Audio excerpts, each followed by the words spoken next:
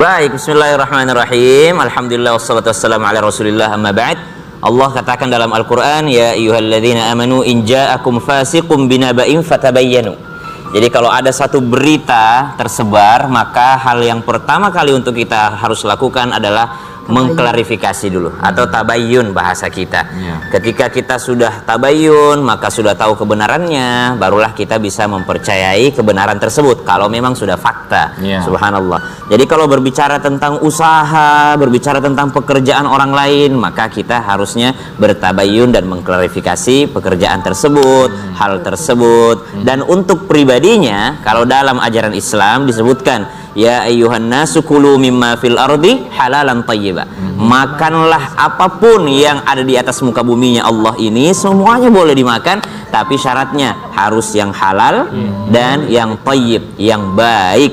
Jadi nggak selamanya halal itu baik, dan nggak selamanya yang baik itu adalah halal. Jadi dipikirkan dulu, yang pertama yang paling penting adalah halal, kemudian yang kedua adalah baik. Betul. Bukan benar, karena tidak semua benar itu baik, tapi yang baik sudah pasti benar. Betul sekali. Jadi kalau misalnya halal, gula itu halal, tapi bagi orang yang punya penyakit diabetes mungkin nggak boleh kebanyakan gula gitu. Jadi nggak baik bagi dia. Betul. Nah, terus Ustadz, jika usaha seseorang dinyatakan tidak benar, gimana cara menanggapinya secara menurut ajaran agama Islam ya Ustadz? Siapa yang memvonisnya menjadi tidak benar dulu? Nah, harus lihat dulu siapa yang memvonisnya tidak benar. Di Indonesia kita punya beberapa lembaga-lembaga. Misal usahanya di bidang kesehatan, menurut BPOM, oh ini tidak boleh, ini berbahaya untuk kulit misalnya, ini tidak boleh untuk dipakai, digunakan obat tersebut karena berbahaya bagi kesehatan. Maka kita percaya lembaga tersebut karena mereka yang bertanggung jawab.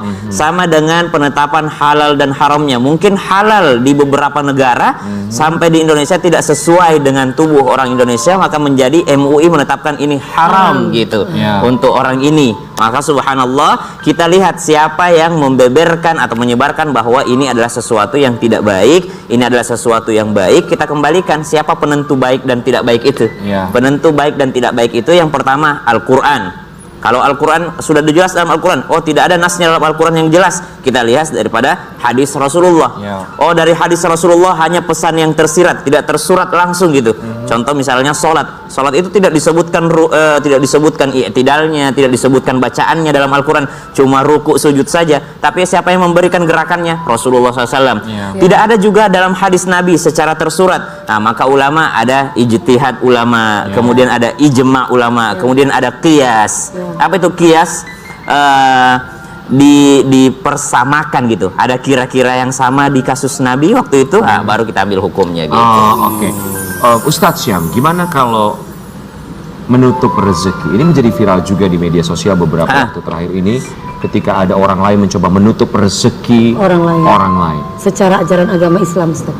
Baik, kalau dibilang menutup rezeki itu seperti maut. Mau bersembunyi dimanapun, pasti rezeki itu akan mendapatkan kita.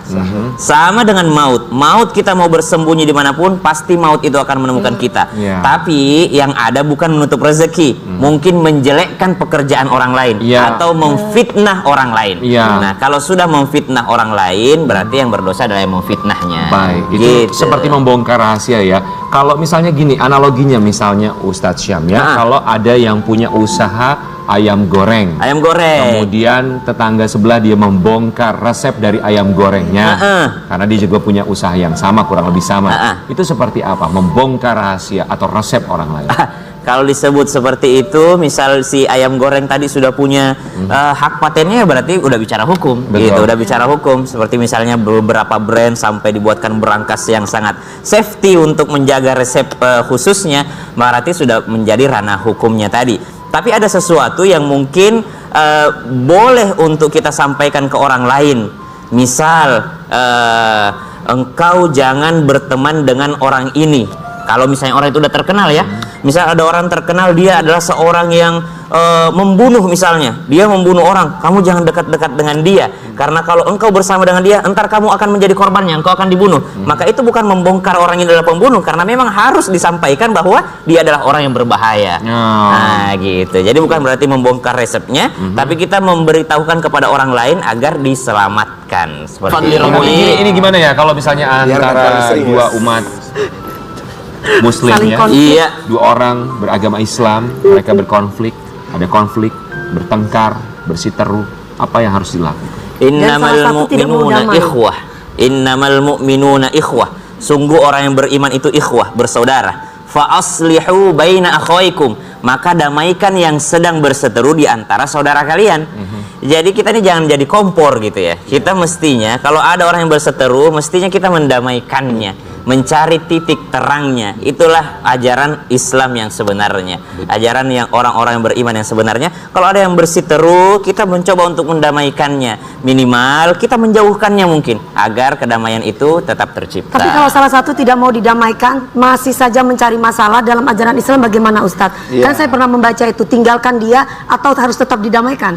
Betul, kalau misalnya ada orang sudah kita ingatkan, tahap dakwah itu kan yakni dengan cara bil hikmah, dengan cara hikmah, dengan cara bijaksana, kemudian mau'izah hasanah, penyampaian yang baik, kemudian jadilhum billati hiya ahsan, dengan cara debat. Tapi kalau udah selesai, tugas kita cuma menyampaikan, diikuti atau tidak diikuti itu adalah urusan mereka. Hidayah, tidak dapat hidayah, itu adalah urusan Allah. Ustadz, singkat, apa pesan yang ingin disampaikan untuk orang-orang yang sedang berselisih? Silakan Ustadz.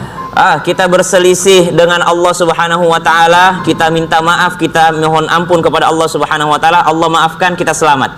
Tapi ketika kita berselisih dengan manusia, lalu kita seakan-akan merasa paling terzolimi, coba introspeksi diri, siapa tahu kita yang malah yang zolim. Biasanya tuh orang yang paling merasa terzolimi justru tidak sadar bahwa dia yang sedang menzolimi orang lain. Itulah hidup ketika satu jari menunjuk, maka empat jarinya menunjuk diri kita sendiri. Banyak yang hafal Quran hadisnya, suka mengkafirkan yang lainnya.